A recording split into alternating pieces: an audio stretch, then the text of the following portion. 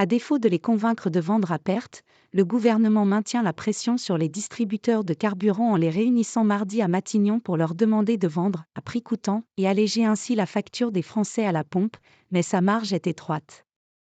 Chacun doit prendre sa part, a insisté Elisabeth Borne qui a convié raffineurs, distributeurs et fédérations professionnelles rue de Varennes à 17h30 dans le but de faire la transparence sur leurs marges et demander leur réduction.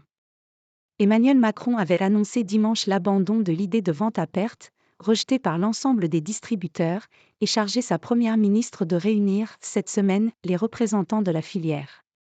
Pourtant, de l'aveu même des acteurs du secteur, l'impact de la vente à prix coûtant risque d'être assez marginal, étant donné qu'elle est déjà pratiquée par les enseignes et que la grande distribution vend les carburants avec des marges de quelques centimes, rappelle Patrice Geoffron, professeur à l'Université Paris-Dauphine et directeur de l'équipe Énergie-Climat.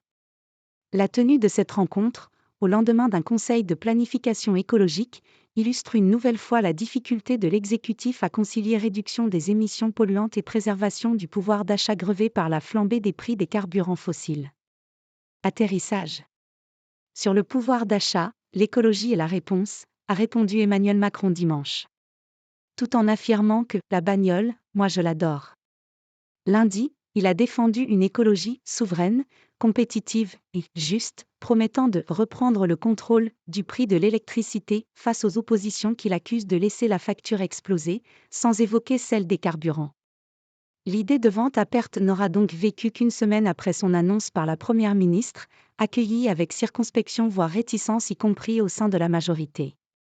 Désireux de faire oublier au plus vite ce revers, le gouvernement entendait battre le fer quand il était chaud, au dire d'un conseiller ministériel, en conviant dès mardi les distributeurs. Car ce n'est pas le point d'entrée qui compte mais l'atterrissage, avance ce conseiller.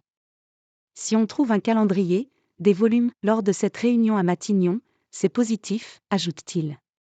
Mais monter le ton auprès de la grande distribution, réputée coriace dans les négociations, est d'autant plus efficace que c'est crédible, prévient un autre conseiller. Au-delà de la vente à prix coûtant, qui pourrait rester limitée selon la filière, Emmanuel Macron a annoncé la reconduction en 2024 de l'indemnité carburant travailleur, non sans revenir sur quelques promesses.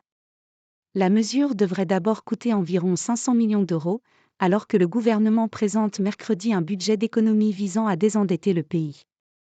Cette aide n'a pas ensuite convaincu les opposants du chef de l'État, qui dénoncent une « politique du chèque » et réclament en chœur des baisses de taxes.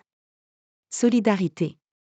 L'abandon de la vente à perte sonne aussi comme un désaveu du président à l'égard de sa première ministre, avec laquelle il a déjà connu des frictions.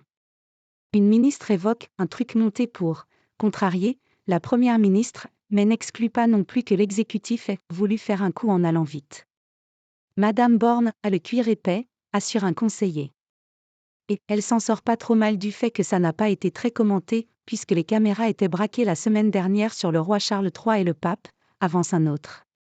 Un cadre de la majorité ne voit pas de dissension entre les deux têtes de l'exécutif car la proposition de vente à perte était forcément tamponnée par le président.